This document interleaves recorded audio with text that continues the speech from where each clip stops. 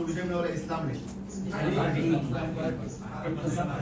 त्यांना पाठिंबा द्या असं शिंदे सेनेला प्रस्ताव पाठवलेला आहे। इस्लाम पार्टीला समर्थन देणं म्हणजे जिहादला समर्थन देणं आहे।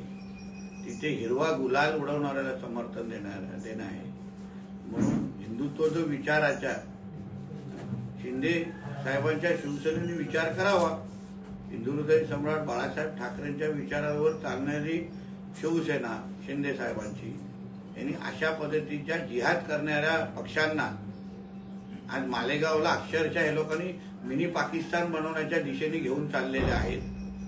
तर ह्या जिहादीकरणाला आपण ताकद द्यायची का हे शिंदे साहेबांनी विचार करून पाठिंबा द्यावा।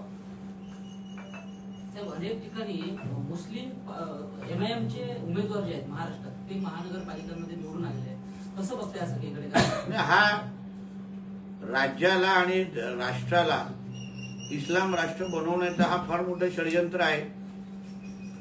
जे उमेदवार निवडून आलेले आहेत ते मशिदीसाठी, अजानसाठी आणि इस्लामकरण करण्यासाठी त्यांनी निवडणूक लढवलेली आहे, त्यांनी निवडून आलेले आहेत।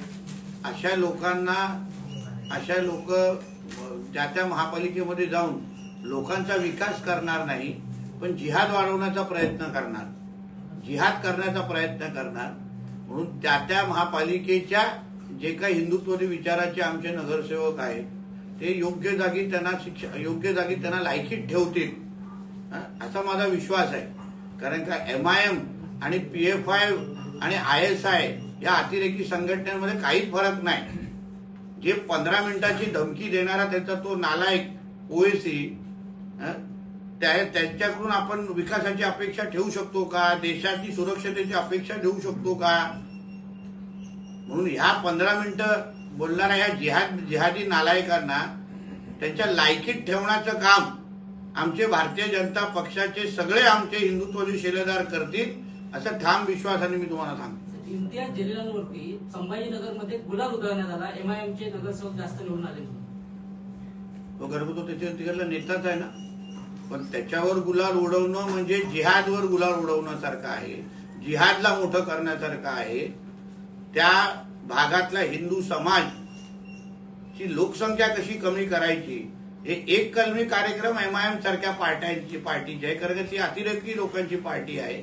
म्हणून मला वाटतं की म्हणून मला विश्वास आहे छत्रपती संभाजीनगरमध्ये निवडून आलेले आमच्या भारतीय जनता पक्षाचे हिंदुत्ववादीचे शिपाई निश्चित पद्धतीने या जिहाद करणाऱ्या या सगळ्या नालायकांना, हिरवा गुलाल उडवणाऱ्या सगळ्या नालायकांना योग्य ती जागा दाखवू।